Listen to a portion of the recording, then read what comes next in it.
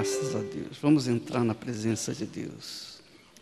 Ó Espírito Santo, em nome do Senhor Jesus, nós entramos na Tua presença, pedimos que o Senhor venha conduzir os nossos pensamentos, orientar o nosso coração de acordo com a Tua vontade.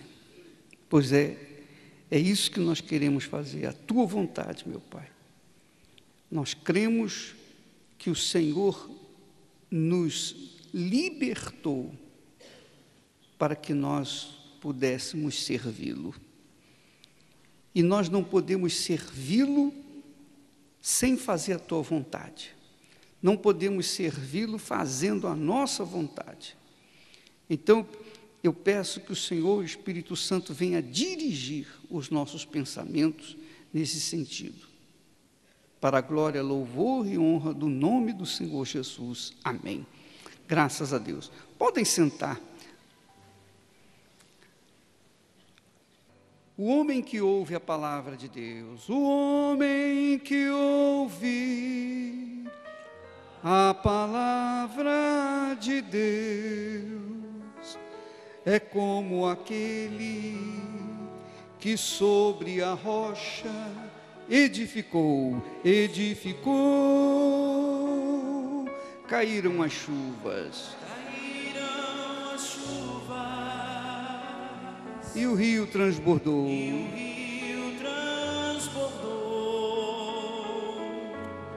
soprou o vento e enfureceu, mas ele firme sobre a rocha permaneceu. E aquele que ouviu a palavra de Deus, mas não viveu sobre areia construiu e sua vida destruiu. E aquele que ouviu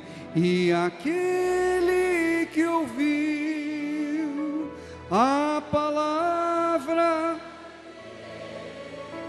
mas não viveu sobre areia,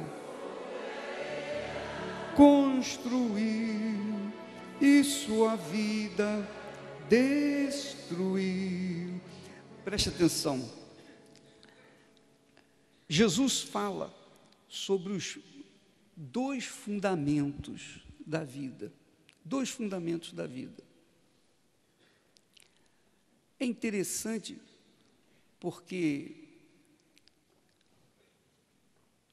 das duas uma, ou é a sua cabeça ou o seu coração que dirige a sua vida.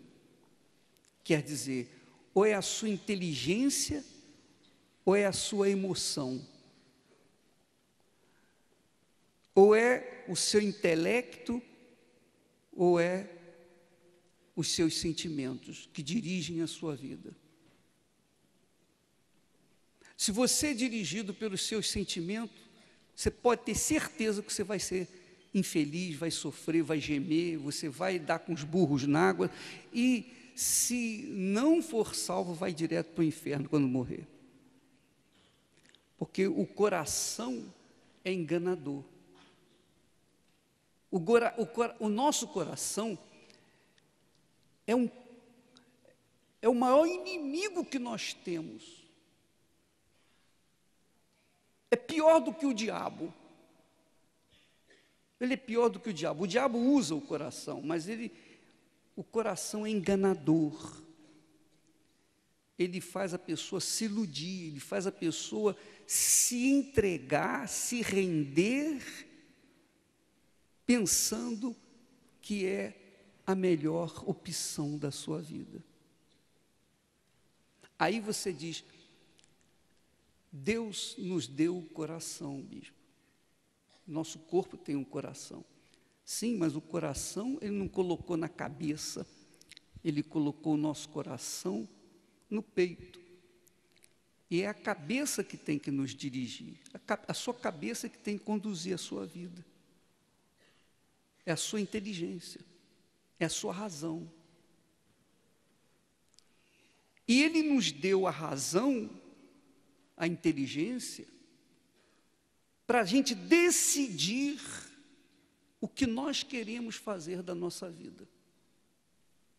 Quando a gente é criança, quando a gente é infantil, tudo bem, a gente segue o caminho da emoção, do coração. Mas quando a gente chega à idade adulta, que é a nossa idade, não tem escapatória, você não tem desculpa para dizer, eu não sabia. Você sabe o que é certo e o que é errado. A idade da razão dá a obrigatoriedade, a responsabilidade de você decidir para o certo ou para o errado. Porque você, como eu, nós todos temos uma consciência. E a nossa consciência lateja, ela mostra se nós estamos seguindo no caminho certo ou no caminho errado, não é verdade? O que é a fé? O que é a fé? A fé é você estar seguro, não, isso aqui eu tenho certeza que é a vontade de Deus. Então, você se lança de corpo, alma e espírito sem medo, porque você sabe que você está absolutamente de acordo com Deus. A sua cabeça está de acordo com a cabeça de Deus, seu pensamento de acordo com o pensamento de Deus. Então você sabe que aquilo é certo, então você não tem medo. Você vai encontrar problemas, você vai encontrar desertos, você vai encontrar tribulações, você vai encontrar o inferno, você vai encontrar o mundo, mas você sabe que lá na frente você vai vencer, porque você está certo. Você está vivendo dentro da justiça de Deus. Isso é que me confortava. Nos momentos mais cruéis, mais difíceis, dolorosos, mesmo revoltado contra as injustiças, mas eu sabia que lá na frente eu iria sair vitorioso. Por quê? Porque a palavra de Deus não pode mentir. Eu tinha optado, eu tinha escolhido em seguir a palavra de Deus, a vontade de Deus. Mesmo sendo falho, mas a minha cabeça, o meu pensamento, a minha atitude era com respeito a obedecer a palavra de Deus. Então, quando você obedece a palavra de Deus, minha amiga, meu amigo, você vai enfrentar o inferno inteiro, junto com o mundo, e você vai vencer. Porque você está andando com Deus. Andar com a palavra de Deus, andar de acordo com a palavra de Deus, é andar com Deus. É andar com Deus. Quando você anda com a palavra de Deus, isto é, quando você anda na obediência à palavra de Deus, não existe chance de você se dar mal. Não existe a mínima chance de você perder. Você vai vencer. Agora, se não andar de acordo com o pensamento dele, você pode ter certeza que você vai perder. Pode ter certeza. Assim, eu tenho essa fé. Assim como eu tenho certeza que se eu obedecer a palavra de Deus, eu vou conquistar, eu também tenho certeza que se eu desobedecer a palavra de Deus, eu vou me arrebentar. São duas certezas que há dentro de mim. A obediência vai me trazer resultado. A desobediência vai me trazer dor de cabeça, vai me trazer problema. Eu vou perder. Compreendeu o que eu estou falando? Quem decide isso? É você? É a igreja? É o pastor? É Deus? Quem decide isso? Quem decide somos nós. Não é Deus, não. Não é o Espírito Santo que decide, não. O Espírito Santo coloca essas duas opções. Olha, aqui esse é o caminho. Então você tem você tem essa maturidade, você tem essa consciência. Você pode ser uma pessoa que nem se converteu, ou melhor, converteu e nem foi batizada com o Espírito Santo, ou não se converteu, mas você sabe o que é certo e o que é errado. Ou não sabe? Ou não sabe? Diga que não sabe. Duvido que você não sabe. Você sabe o que é certo e o que é errado. E se você opta pelo que é errado, você vai colher os frutos. Eu costumo dizer que nós vamos arrebentar. E vamos arrebentar. Não vamos arrebentar porque nós merecemos. Nós vamos arrebentar porque nós estamos na palavra de Deus. Nós caminhamos de acordo com a palavra de Deus. Jesus disse com clareza, com muita clareza, duvido que haja alguém que não entenda isso. Todo aquele, pois, que ouve estas minhas palavras e as pratica, será comparado ao homem prudente. O que é o homem prudente? O que é o homem prudente? O homem prudente é aquele que edifica a sua casa sobre a rocha. E para edificar a casa sobre a rocha, leva mais tempo, é mais difícil, é mais trabalhoso, é mais caro, mas em compensação, quando a casa está pronta, não tem como derrubá-la. Vêm as chuvas, vêm os problemas, as dificuldades. Se você alicerça a sua vida sobre a rocha, que é Jesus, Jacó, lá no deserto, sozinho, ele encontrou uma pedra onde ele colocou a cabeça. Dormiu com a sua cabeça naquela pedra. Aquela pedra representava Jesus. Aquela pedra lhe trouxe um sonho. Ele via anjos subindo numa escada até o céu e descendo. A cabeça dele estava na pedra, na rocha. Jesus é a pedra angular, onde a sua cabeça tem que estar permanentemente. Quer dizer, você ouve a voz dele, a palavra dele e pratica. Então você constrói a sua vida, a sua casa, a sua família, o seu lar na rocha. Vem o que vier, não tem problema. Lá na frente você vai sorrir, você vai conquistar. Amém? E preste atenção, eu não estou falando lá na frente com respeito à vida eterna, não. Isso é certo, não tenho dúvida. Eu estou falando com respeito aos problemas que você vai enfrentar aqui na terra. Não importa, você vai vencer. Então diz ele, o homem prudente edificou a sua casa sobre a rocha. Caiu a chuva, transbordaram os rios, sopraram os ventos e deram com ímpeto naquela casa, que não caiu, porque fora edificada sobre a rocha. Quer dizer, você pensa, usa a sua vida, o seu ser, você constrói a sua vida sobre a palavra de Deus, não sobre um filósofo, não sobre um fulano que escreveu um livro, nada disso. Você escreve a sua história em cima da palavra de Deus. Quer dizer, ouve e pratica.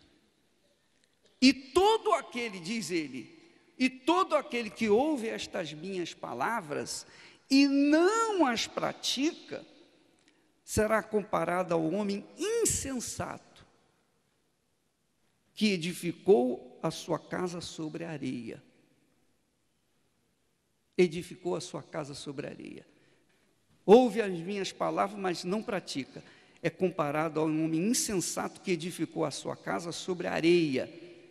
e caiu a chuva, mesma coisa que aconteceu sobre a casa do homem prudente. Transbordaram os rios, a mesma coisa que aconteceu com o homem que construiu sobre a rocha. Sopraram os ventos, a mesma coisa, e deram com ímpeto contra aquela casa. E ela desabou, sendo grande a sua ruína. Quando Jesus fala grande, é grande mesmo. Ele não exagera. A pergunta é: como você tem construído a sua casa, quer dizer, a sua vida? Como você tem construído a sua vida? Se você anda como criança, você é adulta. Mas se você anda como criança, criança não pensa. A criança é inocente, ela não raciocina. Ela simplesmente vive as emoções. Mas você não é criança. Mas se você não raciocina, se você não sabe usar o seu raciocínio, ou não quer usar o seu raciocínio, você será como criança. Mas você vai colher os frutos da sua criancice, vai chorar, vai gemer, vai urrar, e ninguém vai poder fazer nada por você, porque você escolheu construir a sua casa sobre a areia. Seja sincero, minha amiga, meu amigo. As pessoas investem rios de dinheiro para entrar numa faculdade, numa universidade, para estudar, para se formar, para ter uma formação intelectual, mas continuam usando o quê? O sentimento. Continuam usando o coração.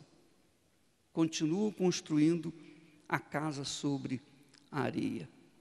E não adianta nada. Não adianta dinheiro, não adianta posição, não adianta nada, nada.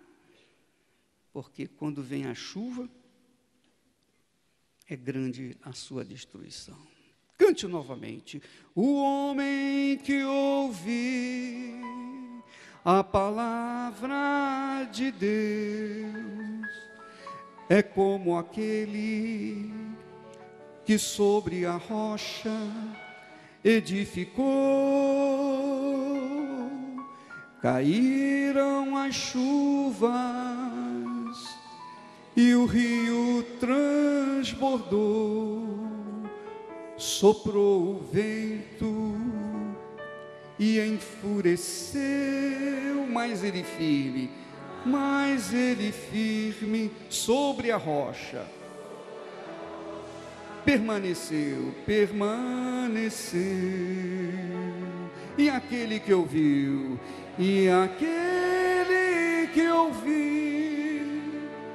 a palavra de Deus, mas não viveu, sobre areia construiu,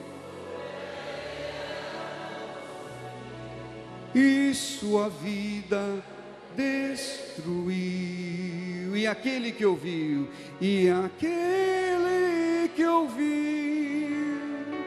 a palavra,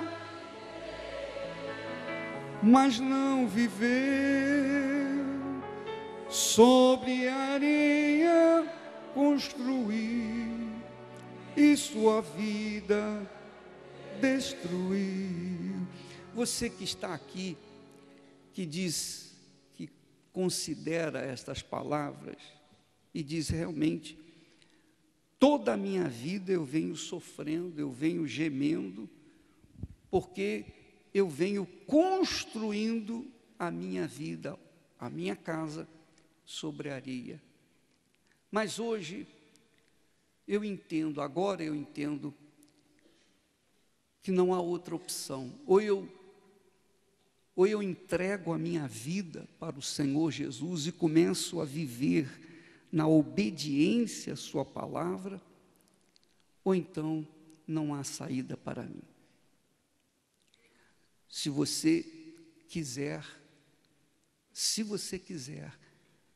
oferecer a sua vida para Jesus, então venha à frente, por favor. Você que quer entregar a sua vida para Ele. Você quer dar um basta nessas construções sobre a areia. Você quer acabar com isso e quer começar a lançar as bases da sua casa aqui agora. Você sabe que Jesus fala com a gente através do Espírito Santo. Você não precisa ser uma pessoa religiosa, você não precisa ser uma pessoa caridosa, você não precisa ser uma pessoa boa para o Espírito Santo falar com você. Você pode ser a última das criaturas, mas se você é uma pessoa sincera,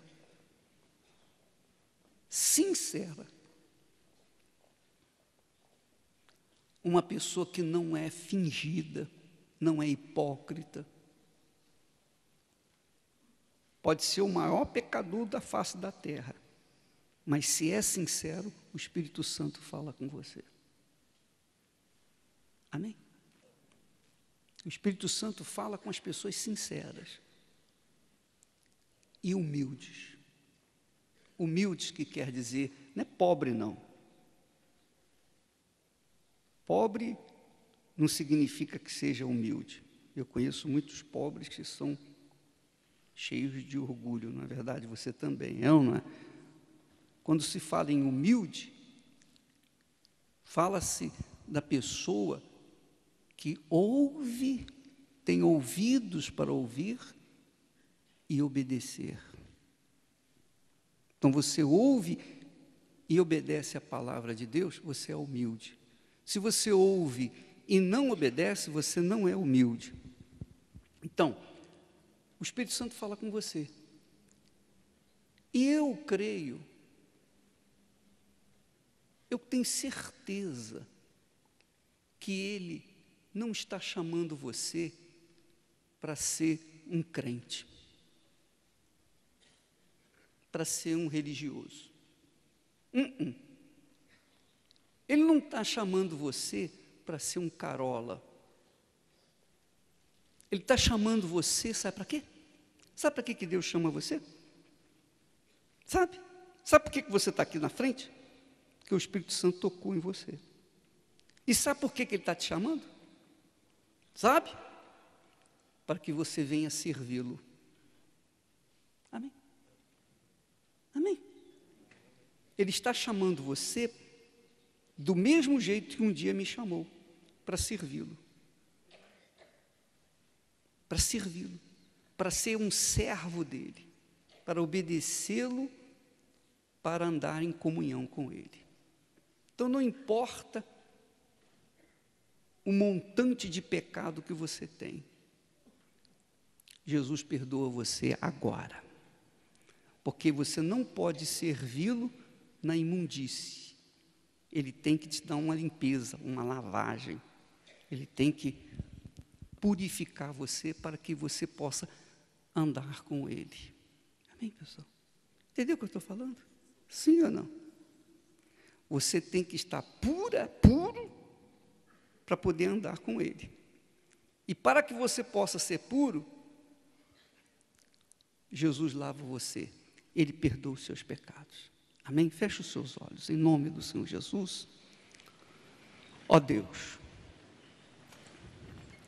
eu oro em favor dessas pessoas. Eu peço que o Senhor, Espírito Santo, venha completar a tua obra na vida delas agora. Elas raciocinaram, elas usaram a razão, elas usaram a inteligência, elas descobriram que a vida delas é um desastre, tem sido um desastre, porque elas têm construído a vida delas sobre areia. Essa é a realidade. Mas agora, nesse momento, elas decidem ouvir e praticar a tua palavra. Elas descobriram como vão construir suas vidas a partir de agora. Então, Espírito Santo, venha ajudá-las, instruí-las, inspirá-las, para que elas possam lançar as bases, as sapatas da sua construção. Eu te peço em nome do Senhor Jesus, meu Pai, e elas sejam livres do passado, sejam livres de tudo que fizeram de errado no passado, e sejam a partir de agora integradas no teu corpo, ó Jesus, no teu corpo, para que possam te servir, para que possam ser um membro do teu corpo, para servi-lo pelo resto da eternidade, a partir de agora, em nome do Senhor Jesus, amém, e graças a Deus, amém? Então, veja só, vocês estão entregando a vida de vocês para Jesus. Então, a primeira coisa que vocês têm que fazer, de acordo com a palavra dele, a primeira coisa que vocês devem fazer é buscar o batismo nas águas. Batismo nas águas.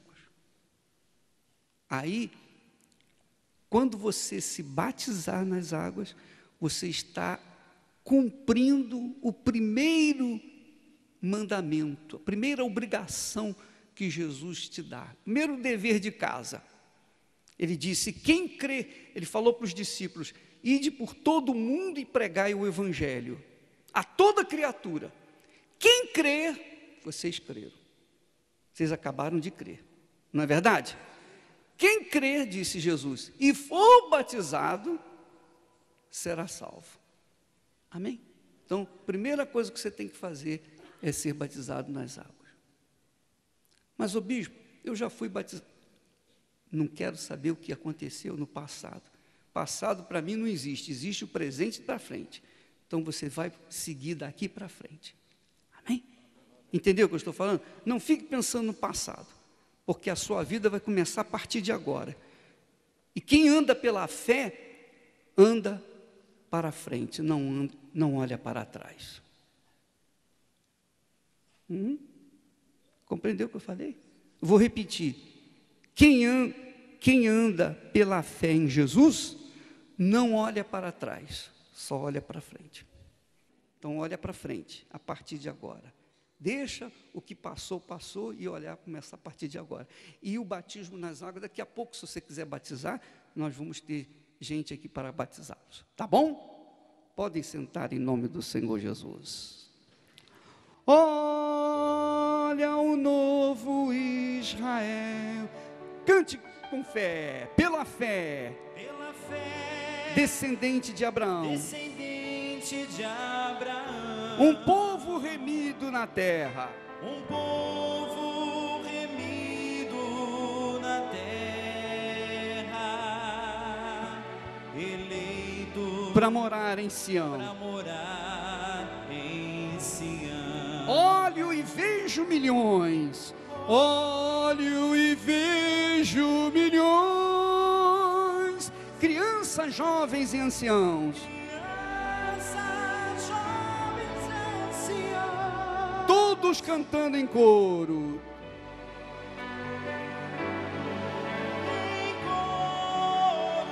Os acordes de uma nova canção. Os acordes de uma nova canção. Dos quatro cantos da terra, dos quatro cantos da terra, vem surgindo os batalhões, vocês, os batalhões, o novo Israel vem cantando. Vem cantando, louvando louvando o Salvador, louvando o Salvador. Em breve Jesus voltará, em breve Jesus voltará, e o novo Israel subirá, e o novo... A jornada foi longa e difícil, foi longa e difícil, mas com Cristo Israel reinará. Olho e vejo milhões, crianças, jovens e anciãos, todos cantando em coro,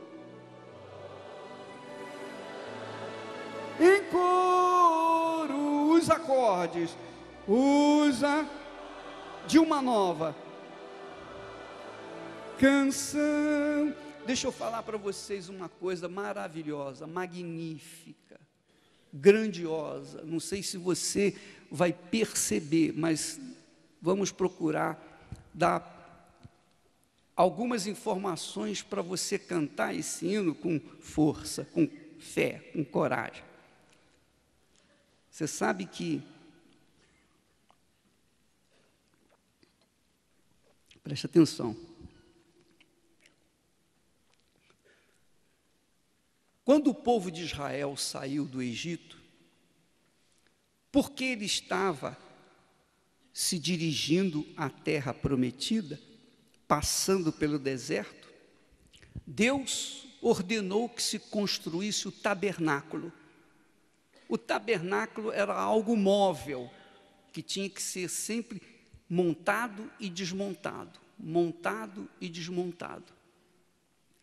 Mas os objetos sagrados, e todo o tabernáculo era sagrado, porque Deus descia no tabernáculo e falava com Moisés, para falar com o povo. O tabernáculo foi substituído pelo templo, que mais tarde foi construído por Salomão, na Nova Canaã, na terra que Deus prometeu a Israel. Então Deus prometeu a Israel aquela terra, e quando ele chegou naquela terra, ele desfez do tabernáculo e construiu o templo.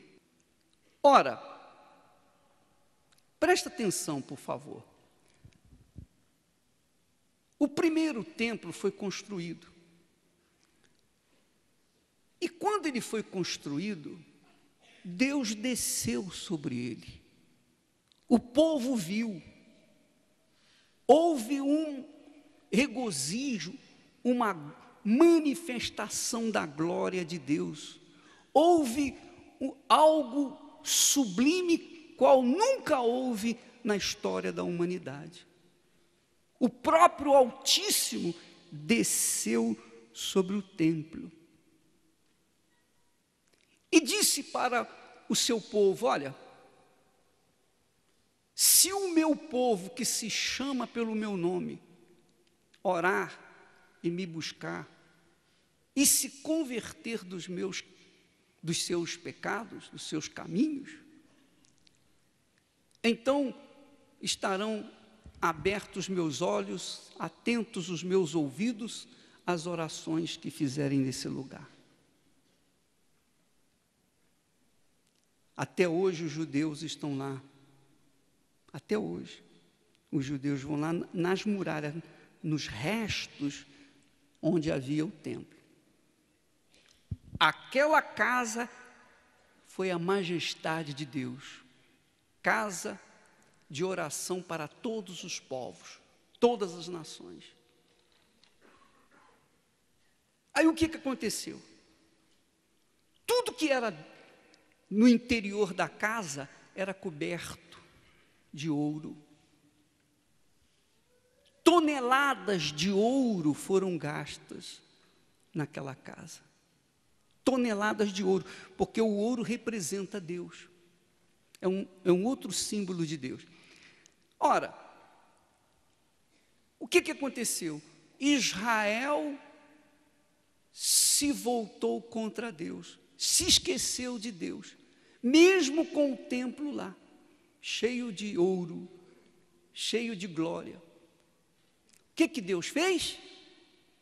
Deus abandonou aquela casa. Em outras palavras, Deus abandonou o seu povo, porque o seu povo virou-lhe as costas, Deus também virou as costas para o seu povo. Você vê lá em Malaquias, quando Deus disse, tornai-vos para mim, não é isso? Voltai-vos para mim e eu me voltarei para vós outros. É toma lá da cá. Essa é a lei fixa e inflexível de Deus. Se você se volta para Ele, Ele se volta para você. Se você o despreza, Ele vai desprezá-lo também. Foi isso que aconteceu. O que aconteceu? Aquele templo foi tomado pelos inimigos. Israel foi levado cativo para outra terra. Isso aconteceu, o primeiro templo foi construído em 1004, ou 1004 anos antes de Jesus vir ao mundo. Como Israel voltou-se contra Deus, Deus se voltou contra ele, permitiu que os inimigos invadissem Israel, levassem o ouro do templo, acabassem com o templo. Aí, pela misericórdia de Deus, passou 500 anos e um novo templo foi erguido. Quer dizer, o povo de Israel se voltou para Deus, porque estava no exílio, voltou-se para Deus, então Deus novamente lhe abençoou e lhe deu condições de construir um novo templo. Isso 500 anos antes de Jesus voltar à terra. O que aconteceu? Novamente aquele povo se voltou contra Deus e novamente Deus os entregou nas mãos dos seus inimigos.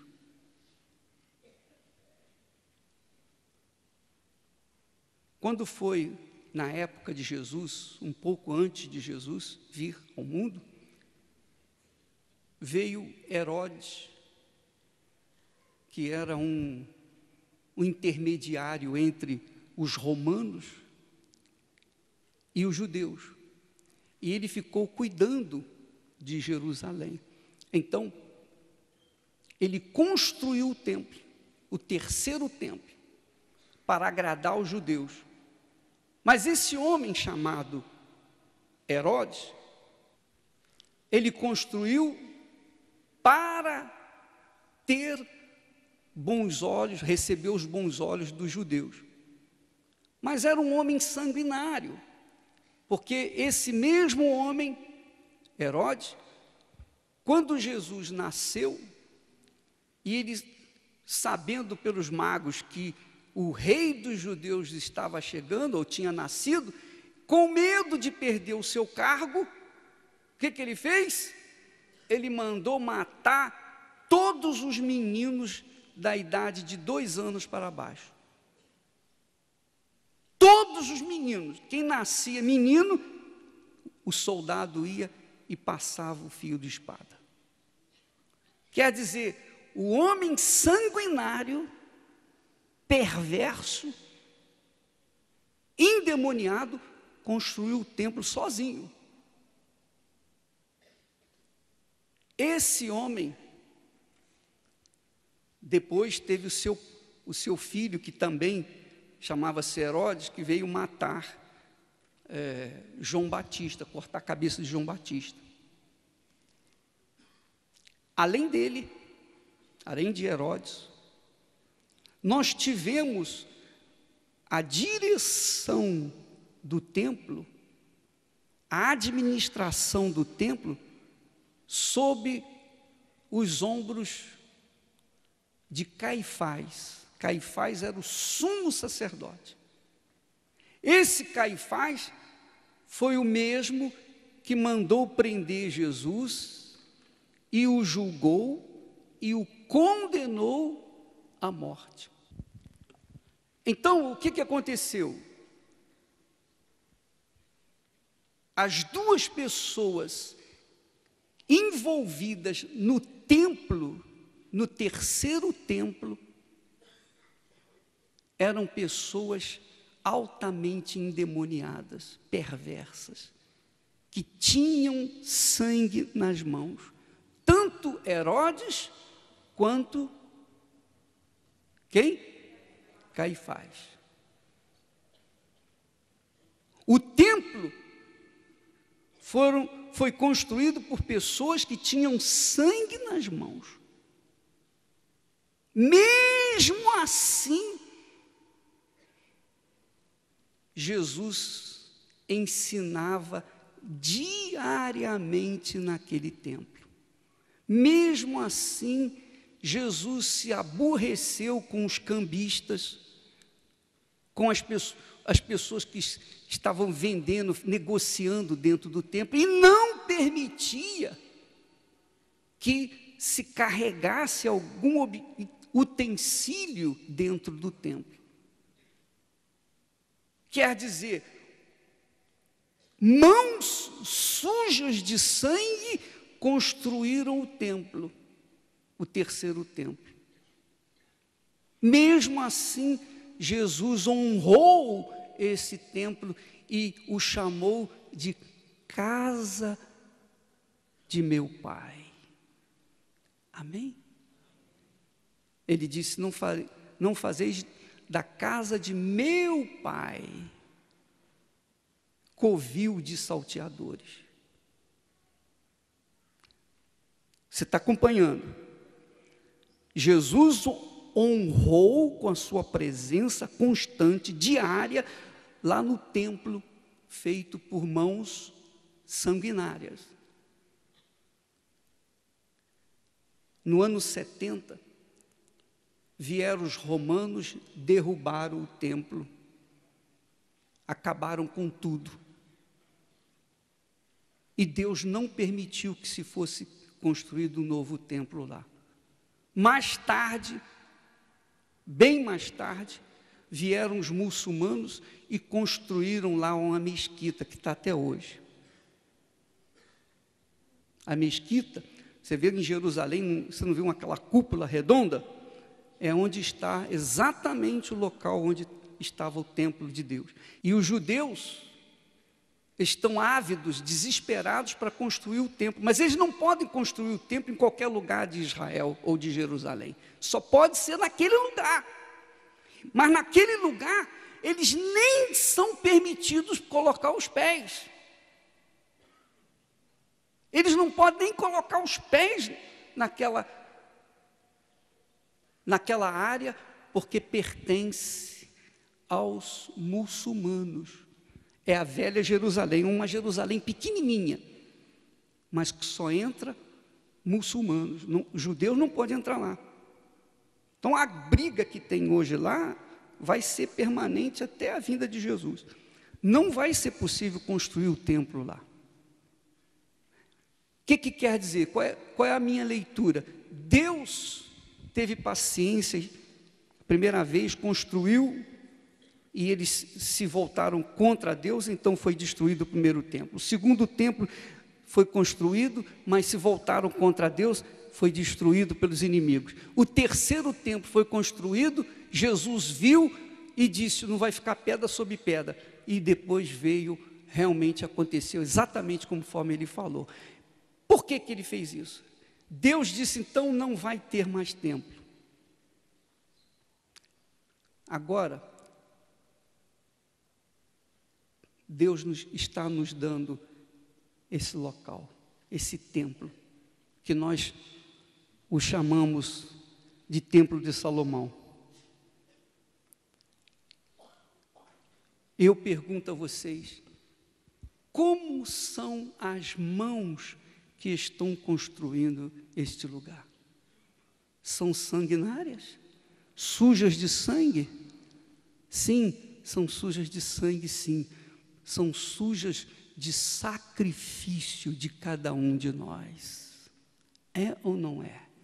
O sangue que nós estamos derramando, que você tem derramado, que nós temos derramado, são os nossos sacrifícios. Então eu pergunto a você, se um lugar que foi construído com mãos sanguinárias, homens perversos, endemoniados, e mesmo assim Jesus honrou, imagine você um local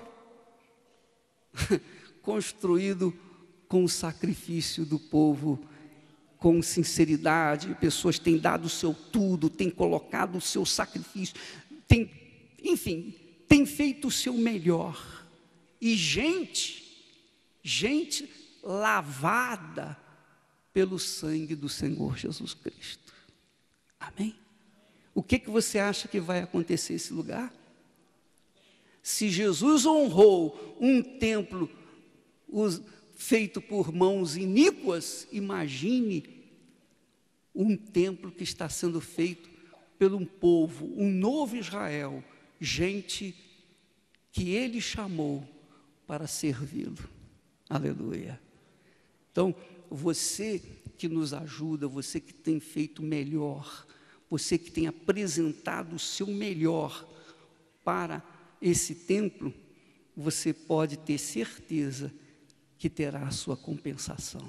Você será rico, muito rico, para a glória e louvor do nome do Senhor Jesus Cristo. Amém?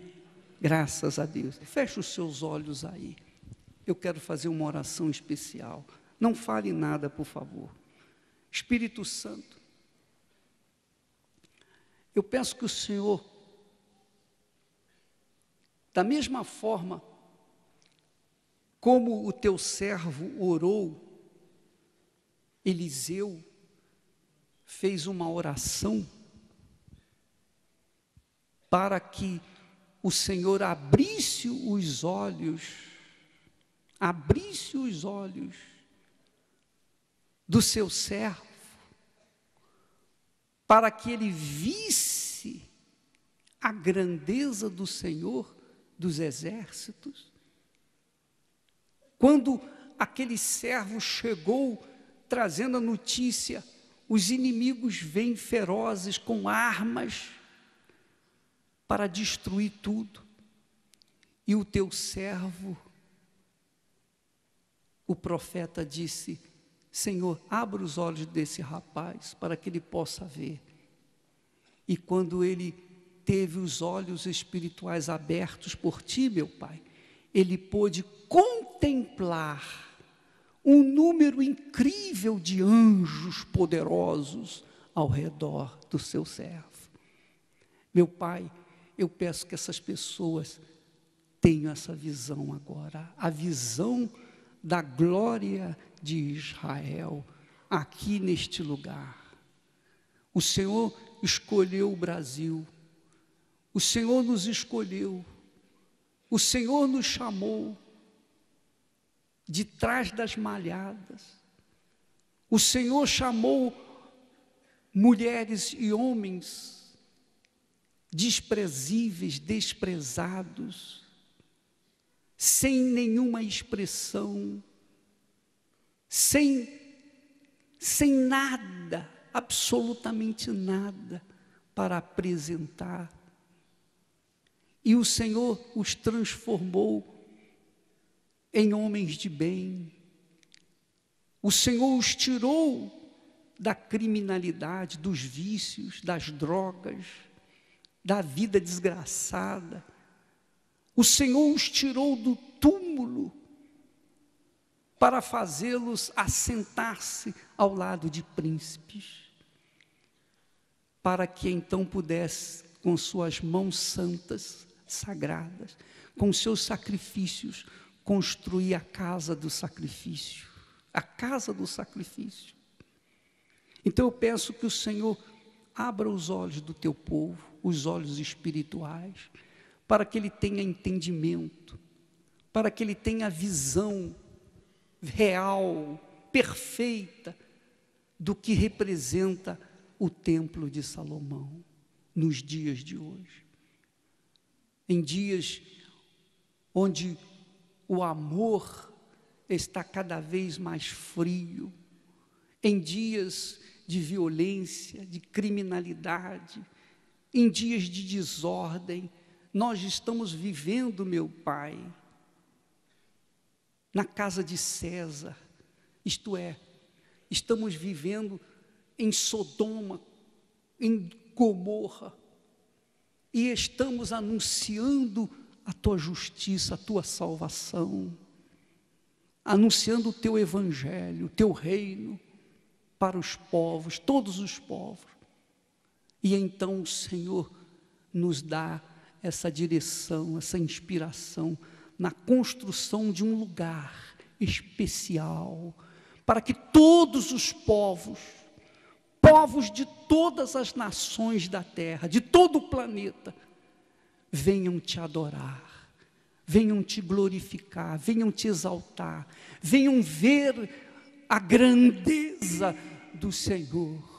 Ó poderoso de Israel, abra os olhos deste povo, para que então ele venha se esforçar ainda mais, para que nada, absolutamente nada, venha faltar nessa construção. Em nome do Senhor Jesus eu te peço, meu Pai, agora mesmo, se você quiser, vem aqui à frente, em nome do Senhor Jesus.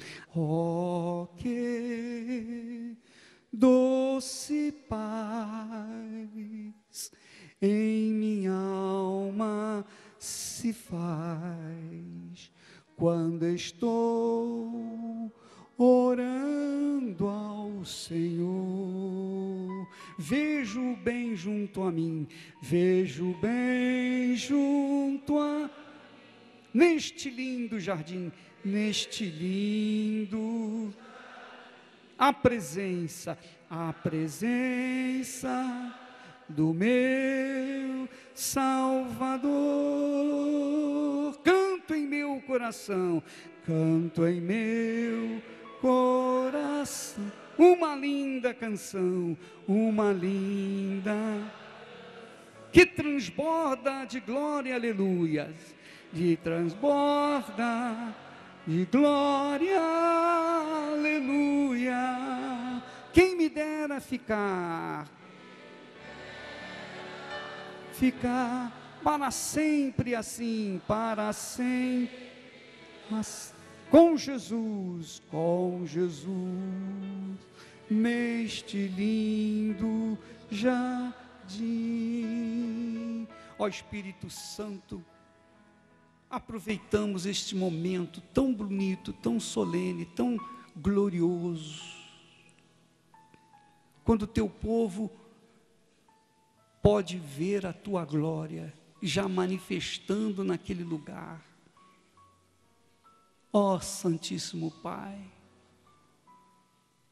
as pessoas trouxeram o sal, que é levantado para ti neste momento, que é apresentado a ti nesse instante. Jesus,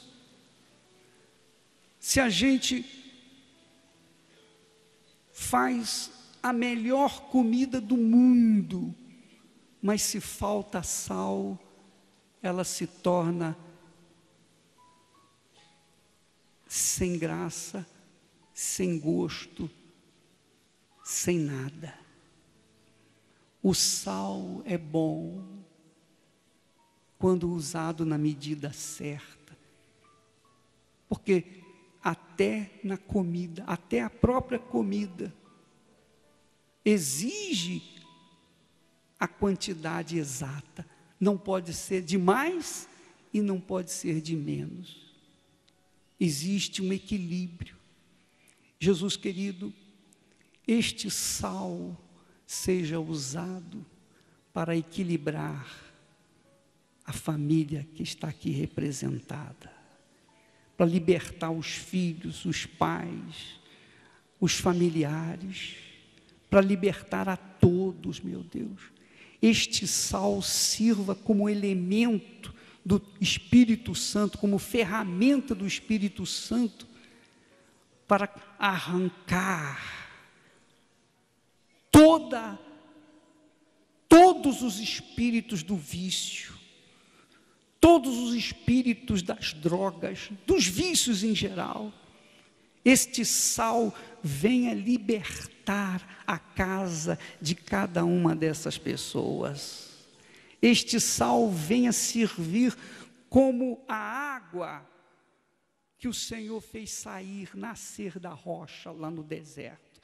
Esse sal seja como o maná que desceu do céu e alimentou o seu povo no deserto. Este sal seja como as cordonizes, a carne que o Senhor enviou para o teu povo no meio do deserto. Este sal, meu Deus, venha dar sabor a esta casa, a esta família, a este lar, a este chefe de família, a esta chefe de família. Venha, meu Deus, usar este elemento para libertar os filhos, para libertar os pais, para libertar toda a família de todos os espíritos do inferno, ó poderoso de Israel, e faça vir a paz, a fé, meu Senhor, a fé que traz paz, venha agora sobre essa gente. Ela tem a fé para crer que vai acontecer exatamente como ela está determinando, exatamente como ela está determinando, porque a partir de hoje, meu Pai, cada refeição, cada almoço, jantar que for usado com este elemento, meu Deus, venha trazer salvação, libertação, cura para toda a família universal do reino de Deus, porque é como o Senhor disse: abençoarei o vosso pão e a vossa água, e retirarei do vosso meio as enfermidades. Ó Deus, usa este sal para curar, para libertar, para salvar, para transformar, para mudar a vida dessa gente, porque o Senhor é o Deus vivo, e o Senhor é glorificado por aqueles que estão se levantando do túmulo, meu Pai, que saem dos túmulos. Então glorifica o teu nome na vida deste povo poderoso de Israel. Ó meu Deus, dá visão, entendimento, dá o Espírito Santo agora,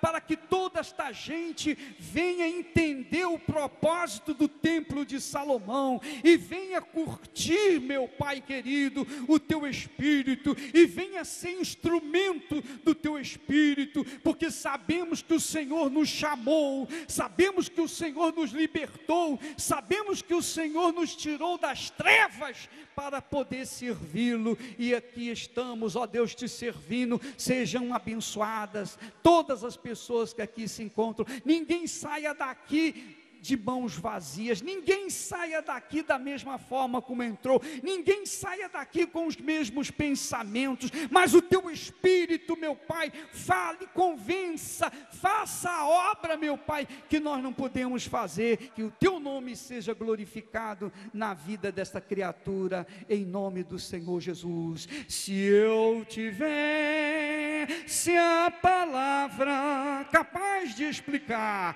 capaz de explicar quão glorioso